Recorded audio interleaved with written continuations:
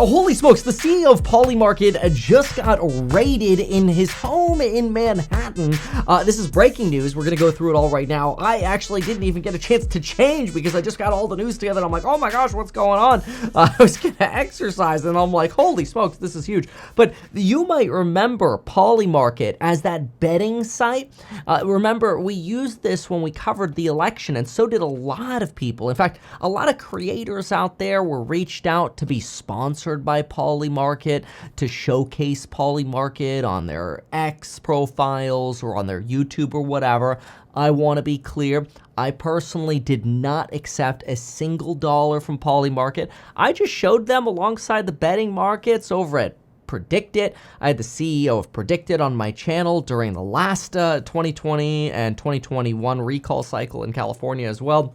And it was really useful. I really liked it, and quite frankly, it did accurately predict the election in this case. And Polymarket's spokesfolks are saying and reporting to Axios that it's possible the CEO of Polymarket was just raided in retribution for Polymarket accurately, which in fairness they did, I'm just saying in quotes because that's what they said, and correctly predicting the outcome of the election, potentially, some are alleging, leading maybe some Democrats to be discouraged and not vote or just go to bed early on election night or whatever. And so Polymarket is alleging that this raid on the CEO of Polymarket may be retribution for not skewing this a little bit in Democrats' favor, and that the exiting administration is punishing the CEO of Polymarket for this by showing up at his Soho home, which that's kind of like over there closer to the Twin Towers, well, where they were, which is now the One World Trade Center. South of Houston Street is why they call it Soho, and it's really just right above the financial district. It's kind of like hip, and I think the median income's like $130K over there. It's nice. It's gotten pretty nice over the years. I've been there quite a few times. But anyway, he got raided at like 6 a.m. this morning. This news just broke. And then after the news broke that his phone got ninja'd by the FBI, potentially along with some other electronic devices, they just left. Not only did they just leave and not actually arrest or press charges against the CEO, but the CEO, whom you could follow on X, Shane Coplin, ended up writing, "New phone, who dis?" And I think it's actually good comedy, frankly, because this is amazing press if you think about this for Polymarket. The CEO of Polymarket gets raided by the FBI when the FBI is already so associated with the left and doing the left's bidding after what we saw with the Twitter files. And now all of a sudden they've raided the guy. Look who replied to this. Andrew Tate, see you in jail, friend. Look at this. And then you got, Mike over here. What do we got? Mike Solana. Why wasn't this on Polymarket is the only thing I want to know. In other words, why couldn't we bet on this? And then some other trolls. Bullish. I'm glad you're okay and you have a sense of humor. New phone, who this? As if the FBI's writing the tweet. That's actually funny. Anyway, the memes. So, but wait, let's think about this for a moment. The CEO of Polymarket, he's 26 years old. Apparently he was woken up at 6 a.m. And raided. Again, not arrested or charged. Polymarket states they charge no fees and take no trading positions, and they allow observers from all around the world to analyze market data as a public good. That's what they argue. Now, something to know about Polymarket is you can't technically use it in the United States. You can bet through Robinhood, PredictIt, and Kalshi because Kalshi and Kalshi and PredictIt won a lawsuit against the Commodity Futures Trading Commission. Robinhood's kind of like, will inherit that decision and also do, betting markets. But Polymarket kind of got pushed offshore, possibly because it's blockchain based. And you know how regulators, they don't really love blockchain right now. Polymarket, I mean, this shouldn't be a surprise to you, but it's built on the Polygon Ethereum Level 2 network. Level 2 is the scaling solution that sits on top of Ethereum, right? Anyway, some people in the United States use it, and they just sign up for a VPN that puts their IP outside of the US, and then they use it. Some people are also alleging that Polymarket may have indeed been involved in rigging the election because Peter Thiel had donated, or I shouldn't say donated, Peter Thiel had raised over $70 million to help fund Polymarket. Remember, this is the former CEO of PayPal, and he's also the co-founder of Palantir. And this is the same Peter Thiel, worth considering that he is also the billionaire who fueled J.D. Vance's rise. So some people are like, interesting. Okay, so Peter Thiel donates, or again, raises, not donates, raises over $70 billion, and he's associated with Elon Musk as well. And apparently there might be pictures out there of the CEO with associates of Donald Trump, or even Donald Trump's son, Don Jr. But anyway, there are these ideas that, okay, well, if Peter Thiel is associated with Elon Musk, and them and all the other VCs are trying to back Donald Trump, and they raised money for Polymarket and potentially say, hey, we'll blow up your website and make it great, and we'll get activity going here. We're going to try to use it to help elect Donald Trump, and then potentially, the betting market skews up, which then ends up maybe self-fulfilling influence in the election. I don't know. I think it's a stretch to say that there's something sus going on here. I kind of think this is probably just, unfortunately, what it looks like. Maybe some beaten up because of, hey, we found a loophole or something that says you guys are operating in the U.S. and you're violating our laws. Or another one could be, Fortune was reporting this, that apparently 2 crypto analytic firms were investigating Polymarket, Chaos Labs, and Inca Digital. And they argued that Polymarket wasn't actually accurately reporting market chain activity with what was reported on their website. That Polymarket was reporting $2.7 billion of activity, whereas on-chain data only showed about $1.75 billion of activity. And they're alleging maybe Polymarket was inappropriately reporting 1-cent bets on Hillary Clinton winning the election as $1 of trading, or that there's wash trading going on, which is basically illegal market manipulation designed to make it seem like there's activity when there's not.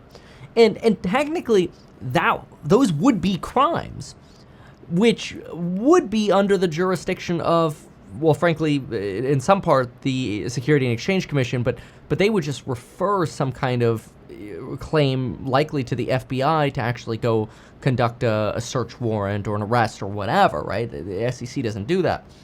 Now, they can bring complaints, but that's different than bringing criminal charges. They refer that over to the FBI or otherwise. So, it's possible. There's very much a real investigation going on around these wash sales, and maybe there is something that was oopsie-doopsie reported inappropriately or whatever. But it does happen to smell a little stinky just because there are so many, dare I say, Republican connections, right? The Peter Thiel, which is then connected to Elon and Donald Trump, blah, blah, blah. And then, of course, Donald Trump wins and Polymarket predicts it correctly. It does make you sort of wonder if it's like, who can we go after for this? Oh, interesting. Maybe they were market manipulating over here. Let's go investigate them. Almost directed justice, if you will. Or maybe I shouldn't say directed justice. Maybe it would be better to say directed investigations and persecutions and raids. I don't know. I want to hear what you think. And in case you've never seen what he looks like or heard of him before, here you go. Here's an interview with him just 2 days after the election. Then the traditional polls. Joining us right now in an exclusive interview, the man who I think led so much of this is Shane Copland. He is the CEO of Polymarket. There he is. And we're thrilled to have you here. Your first interview on TV. Yeah, thanks so much for having me, guys. You've been in the headlines a lot. Before we even get into the whole thing, have you slept? What did you do the night of the election? It was a late night. And I want to preface, thank you guys for having me, my first TV interview. And, as much as we feel vindication with Polymarket being right and now in hindsight being actually the most accurate way to follow the election, you guys were really the first people on TV to start talking about Polymarket and make it a thing. And I know you guys got a lot of flack for that, and I just appreciate you guys standing up for it. And hopefully you guys feel the same sense of victory that we do. We do, but let me ask you this: did you ever worry that your market might not be right?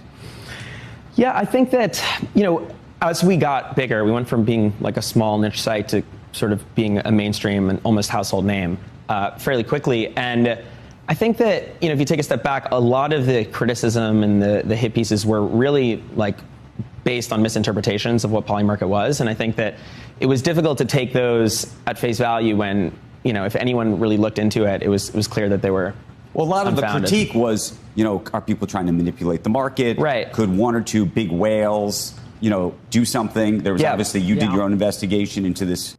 Without a doubt, it is possible, mind you, for, just because there isn't that much trading volume, for somebody with a lot of money to swing the market. At least, what we have seen in terms of volumes. In the future, the volumes maybe will get larger. Right, From right. France, apparently. Yes.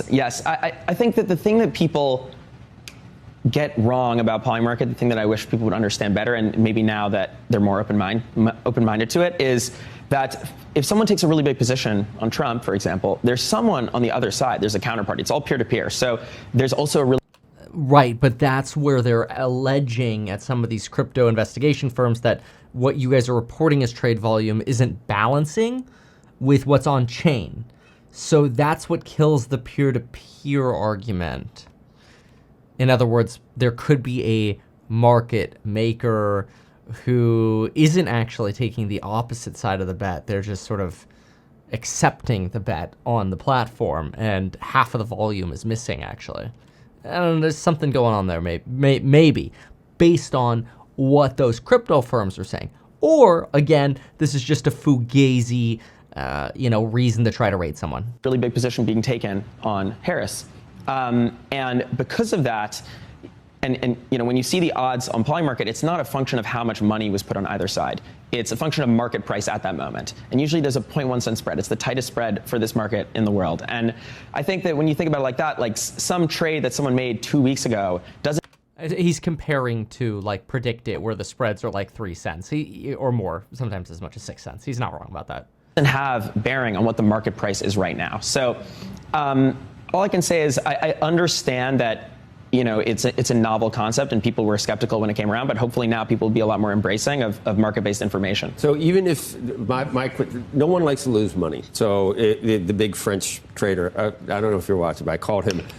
He's not very well known. His name was Elane Mosquet. Yeah, that was a good one. Yeah, that was a good one, wasn't it? So, but a guy who doesn't care about even $100 million.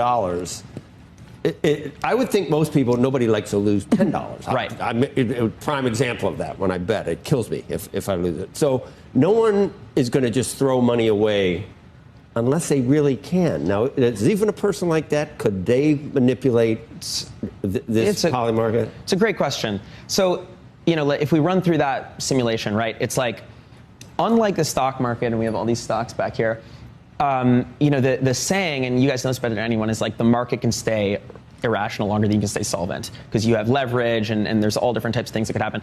With Polymarket, the outcome of the market is going to happen regardless, and there's no leverage, and you can very clearly understand the true value of a share, an outcome share, by just understanding and trying to discern what the probability is of that outcome. You're saying I'm sorry, go ahead. Yeah, well, to answer your point, so if someone is coming in and basically is ready to lose money, what that is basically saying is they're willing to buy overpriced shares.